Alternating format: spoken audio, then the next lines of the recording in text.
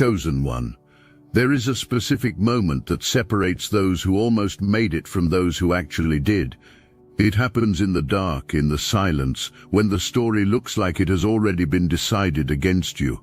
That is when you chose to become dangerous, not loud or reactive, but quietly and completely unshakable. Whatever you did, it worked. You won. It's already yours. You made a decision so deep in your private silence that the opposition could never reach or reverse it. You were operating on a frequency that the wrong people simply did not have the equipment to detect. The plan was straightforward. Apply enough pressure, withdraw enough support, manufacture enough doubt, and eventually you would fold. That formula had worked on other people. The mechanics of wearing someone down, isolation, narrative control, sustained pressure, strategic withdrawal of opportunity are not complicated. And for a while, from the outside, everything looked like it was working exactly as designed. What the plan could not account for, and what no one had any intelligence on, was what was happening underneath the surface.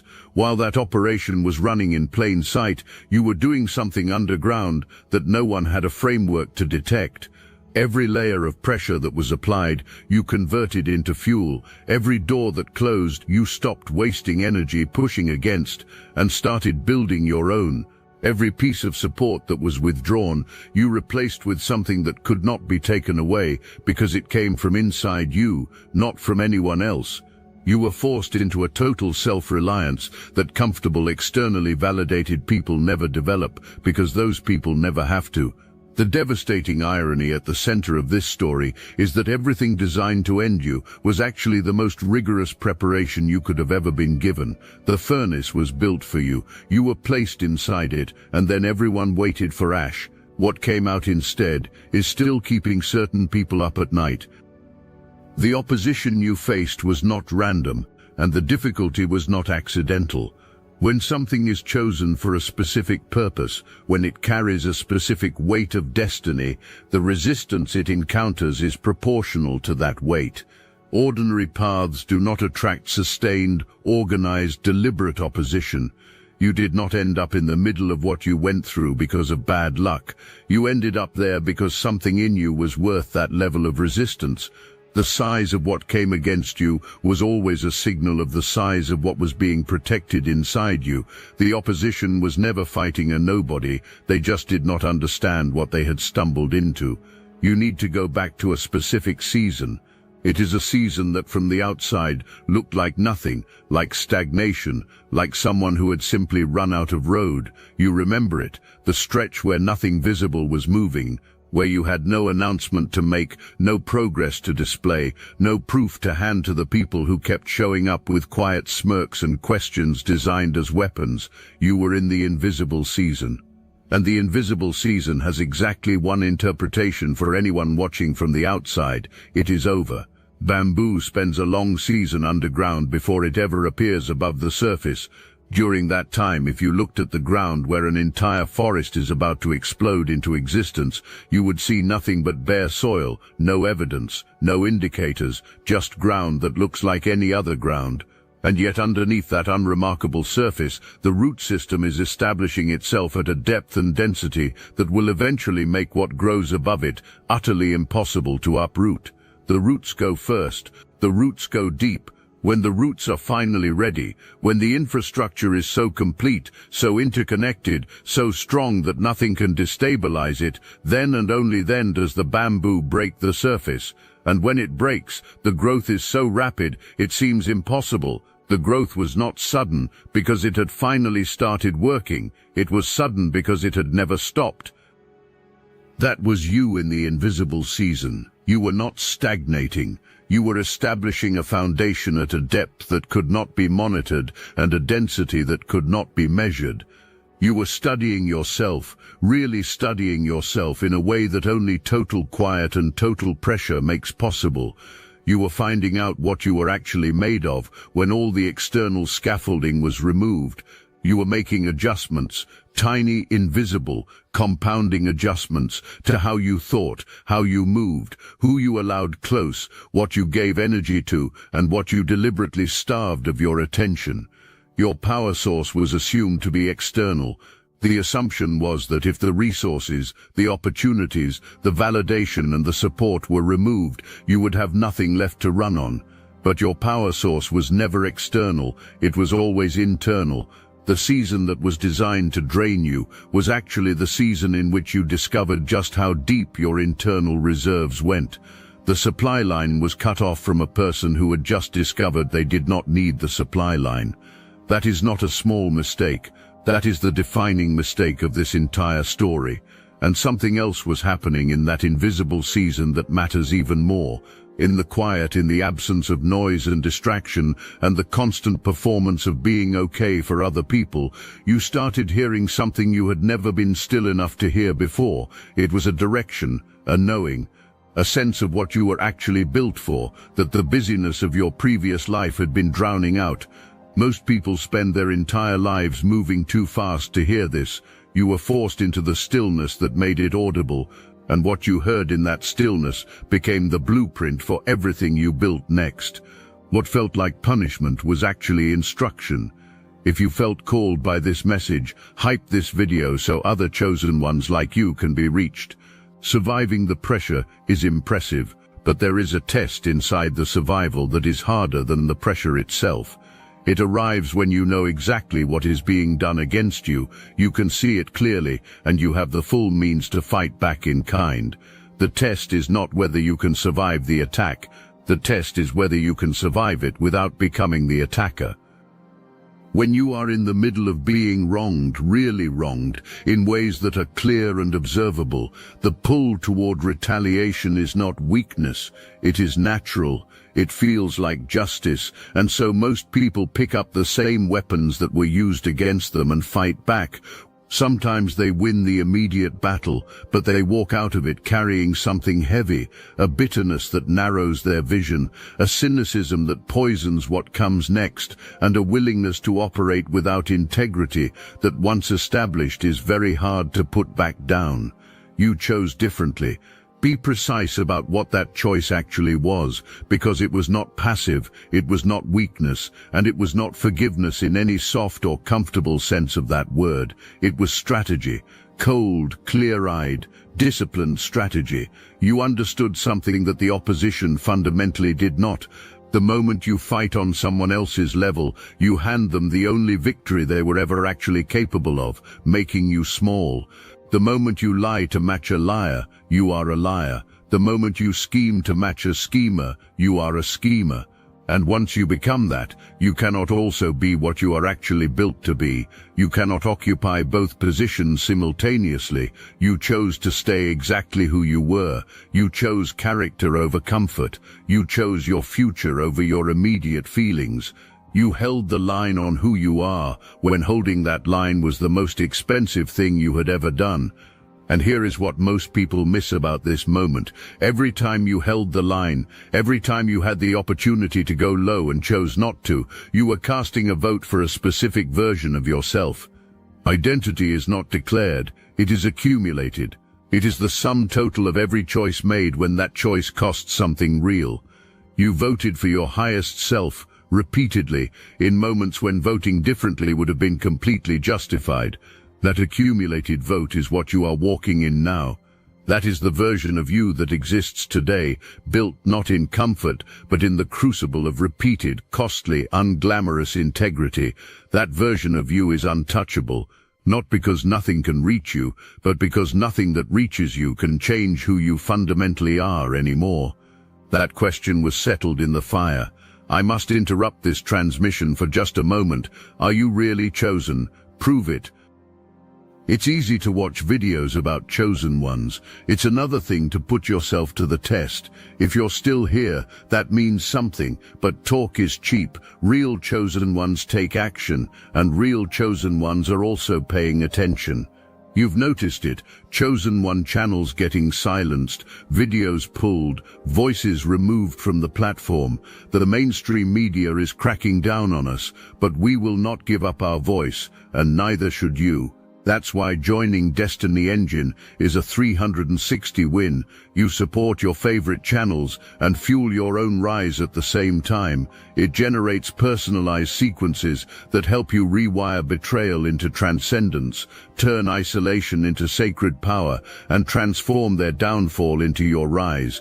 We are using the Dark Elite's own weapons against them, taking their declassified consciousness technology that programmed competition and scarcity and repurposing it to serve divine justice. The beauty is, you don't even have to lift a finger. You put on the headphones, press play, and watch your enemies choke on the rope their own lies created.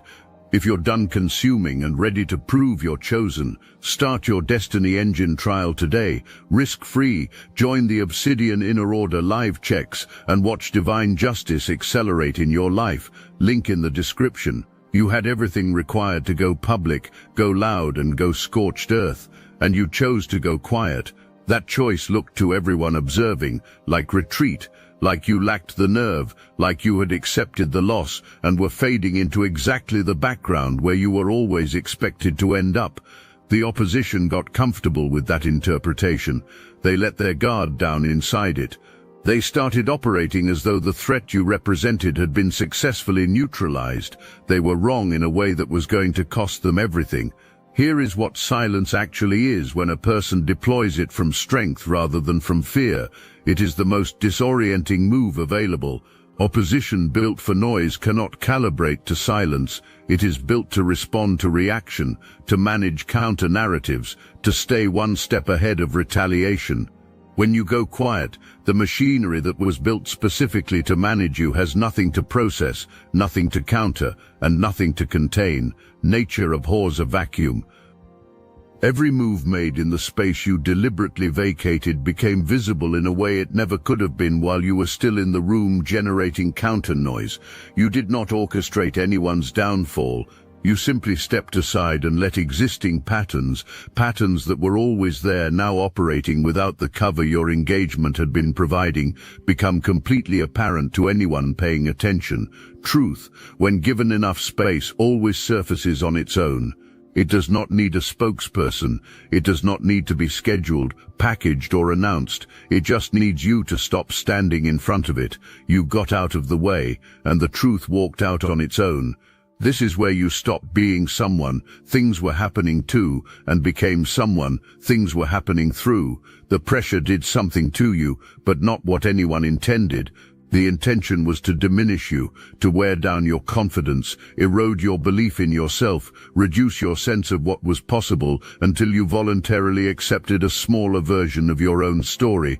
And for a stretch, it worked on the surface. There were periods where the weight of everything was not philosophical or metaphorical but physical, sitting on your chest like something with real mass. There were stretches where the question was not how to win, but whether getting up was still a reasonable proposition. Sustained, unrelenting pressure does not destroy, it reveals. It strips away every version of yourself that was performance, that was learned behavior, that was constructed to manage other people's perceptions of you. It strips away the ego structures that were protecting you from your own depth. It strips away the comfortable narratives about who you are and what you can handle.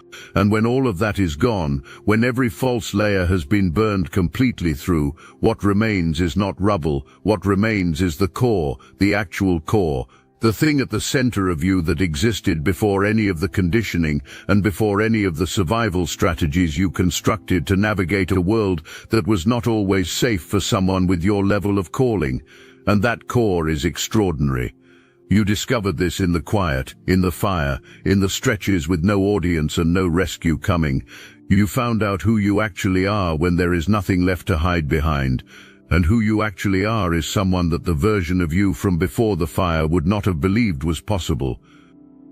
You are sharper. You are cleaner. You are making decisions from a completely different place now, from the ground instead of from the wound, from knowing instead of from needing. That ground-level shift in where your choices originate is what makes every move you make now land differently. You are not trying to prove anything to anyone. You are simply being what you spent all that invisible time becoming. And when a person is fully, cleanly, without apology being what they actually are, the world arranges itself around that. The world has no other option. They built the furnace to destroy you. They built you instead. Somewhere between the fire, the silence, and the transformation happening below the surface, you developed something quietly and without announcement, a faculty so refined by everything you had been through that it now operates almost beneath your own conscious awareness. You developed the ability to read what is actually happening underneath what is being presented. You let your opposition show you exactly who they were without ever letting them know you were watching. You absorbed everything without reacting, without tipping your hand, without giving the signal that would have sent them scrambling to regroup. You allowed the belief to persist that they were still operating undetected while you catalogued every move, every contradiction, every moment where what was said and what was done occupied entirely different realities. You were not passive during this period. You were hunting, quietly, patiently, with the kind of focused calm that only someone who has already survived the worst-case scenario can access, because the worst-case scenario no longer holds the same terror it once did. When you had everything you needed, when the picture was complete and the pattern was undeniable, you did not make a loud move, you made a quiet removal. You stepped out of the architecture that had been built around you and left it standing empty. There was no confrontation. There was no farewell designed to make anyone understand what they were losing. You left, clean, complete, already facing forward. Here is what discernment does. Beyond protecting you from what is coming at you, it shows you what is being held for you. The same faculty that lets you see through what is false also lets you recognize what is genuine when it finally arrives. You stop wasting investment on counterfeits.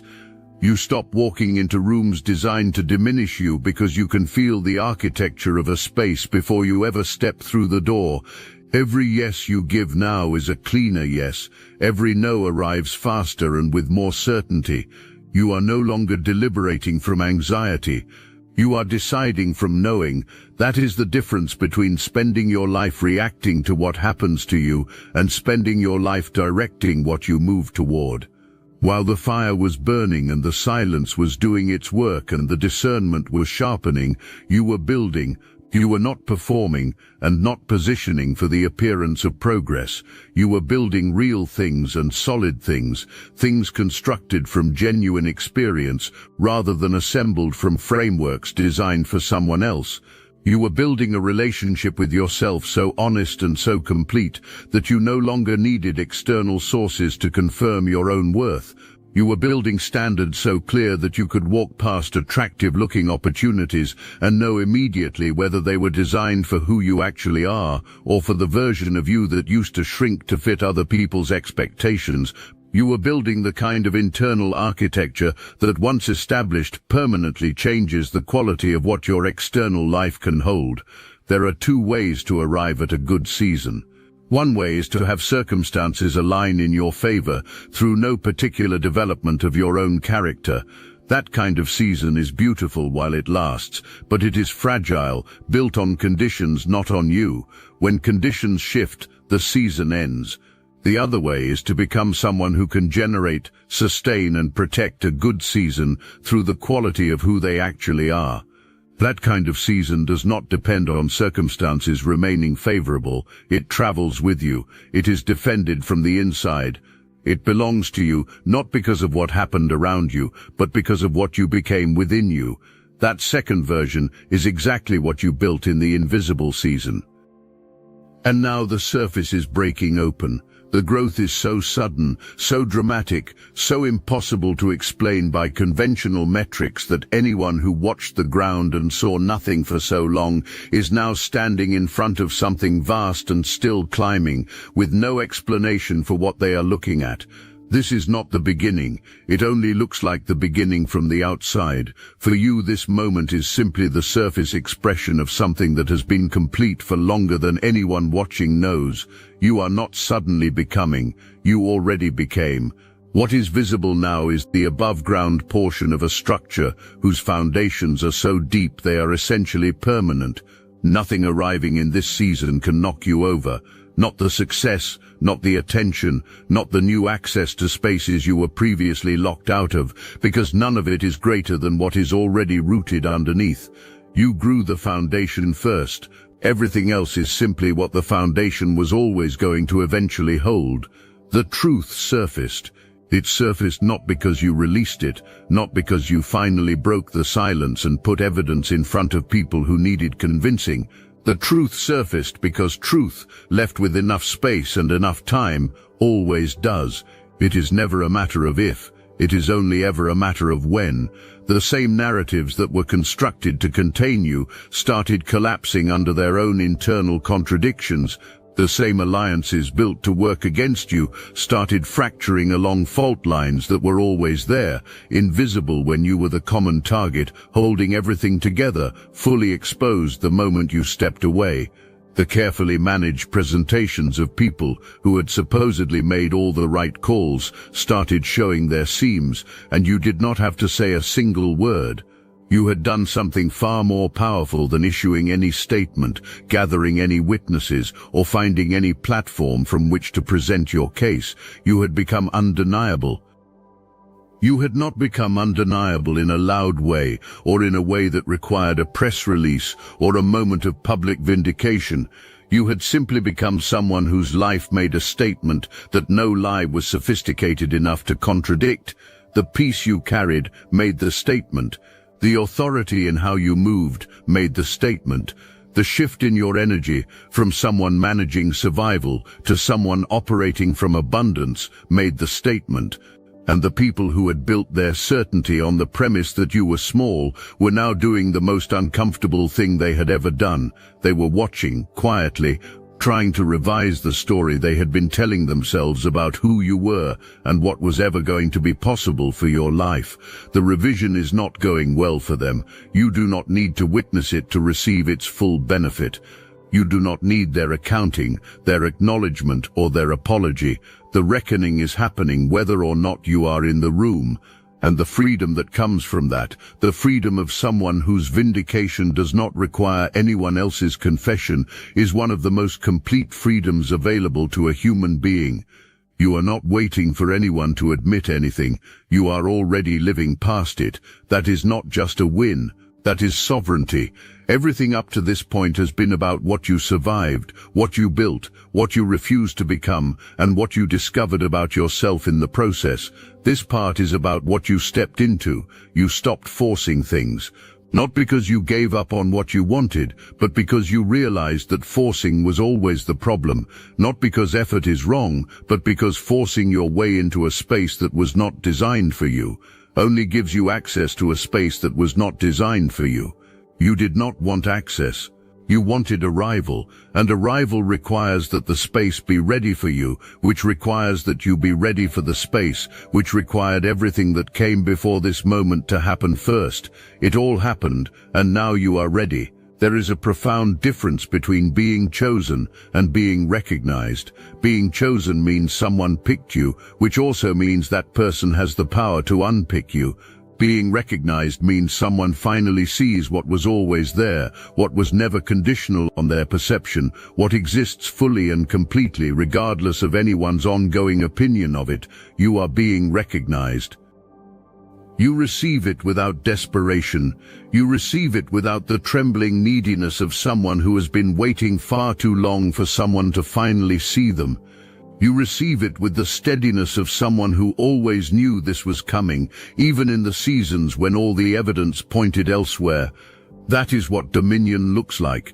Not loudness, steadiness. The arrival is not a destination, it is a demonstration. Every room you enter from this point forward is living proof of what was built in the invisible season. Every moment where your presence shifts the energy in a space is the above-ground evidence of the underground work. You are not just arriving at a new chapter. You are the evidence, walking, breathing, building, thriving, that the process works when you trust it completely and refuse to abandon it when it asks the most of you. While you were arriving, while you were stepping into the spaces opening for you, receiving the recognition being extended to you, and operating from the energy of someone who has done the full work and emerged on the other side. A very different season was unfolding for the people who built the furnace. Their season was one of exposure. It was not the dramatic, cinematic kind of exposure where everything spills out at once. It was the slower, more thorough, more permanent kind, the kind that comes from the compounding weight of choices that were always going to accumulate their consequences.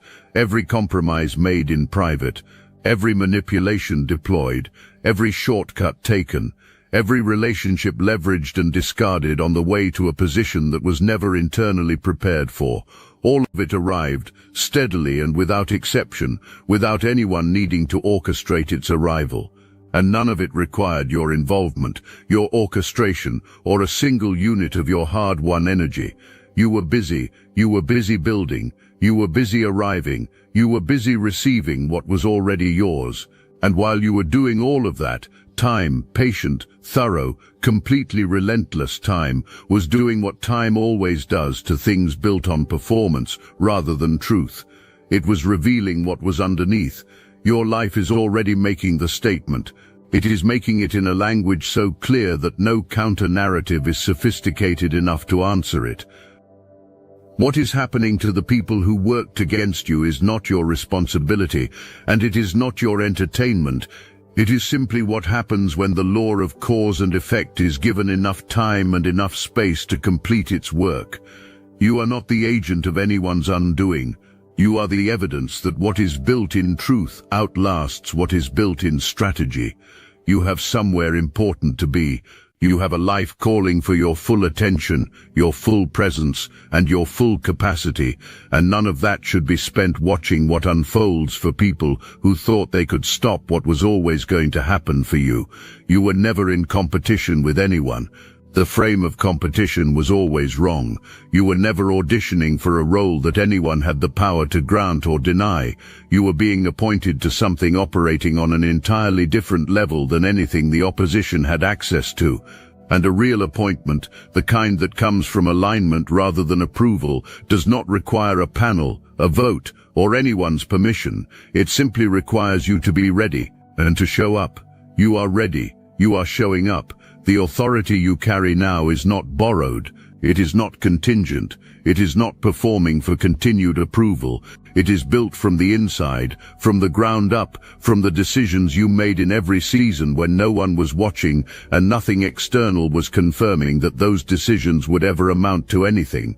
It is built from the root system, from the fire, from the silence, from your refusal to become what hurt you, from the discipline of choosing discernment over revenge and character over comfort. The thing that makes this authority categorically different from the kind granted by other people is that it travels with you into every conversation, every challenge, every season that comes next. It is not location dependent or relationship dependent, it is you dependent. And you are now the most solid, most rooted, most aligned version of yourself that has ever existed. That is not fragile, that is permanent. What has been established in you cannot be revoked by the people who tried to dismantle you, because those people were never the source, and what does not come from them cannot be removed by them. You are operating at a level above the transaction they thought they were running. The authority you are walking in was not activated by the win-in. It was activated by the obedience. It was activated the day you chose your character over your revenge. It was activated the day you kept going in the invisible season with no confirmation that it was going to pay off. It was activated every single time you made the quiet, costly, unglamorous choice that no one was there to applaud. The win did not make you who you are. You were already who you are. The win is simply the part that made it visible to people who were not yet able to see in the dark. You were always this. The fire just removed everything that was covering it. Look at what grew. What grew did so not in spite of everything that happened, but because of it. That is the part that makes this story not just satisfying but poetic, the part that makes it feel less like luck and more like design. The exact conditions created against you, the isolation, the pressure, the withdrawal, the orchestrated difficulty, were not obstacles to your growth. They were the specific requirements for the kind of growth that produces what you are now. You cannot build a foundation that deep without the weight that pressed down on it. You cannot develop the discernment you carry without the specific exposure to the patterns you were forced to navigate. You cannot arrive at the authority you now hold without having had every external prop removed so that you had no choice but to find what was inside. What was designed as a burial was functioning all along as a preparation program. And now what grew from the exact ground they were standing on is vast and still climbing. The mouths that swore you were finished are quiet now, or they are loud in the specific way that people get loud when they are trying to cover the sound of their own miscalculation. The ones who mocked your stillness are now watching your rise with the particular expression of people who placed a confident bet on the wrong outcome and have to live with the knowledge of it. And what do you feel?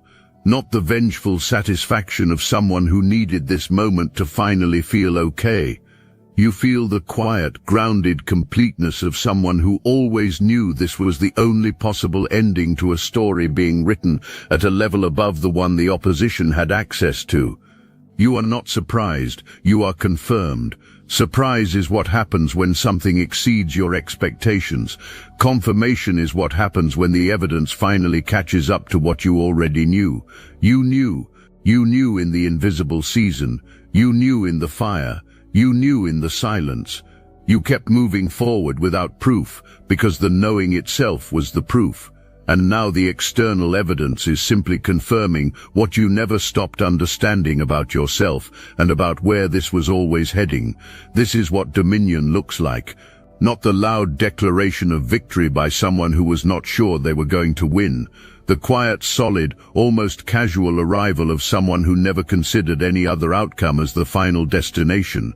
You did not scramble to get here. You grew here. You were shaped by everything that happened along the way until the version of you that arrived at this moment is exactly the version this moment required.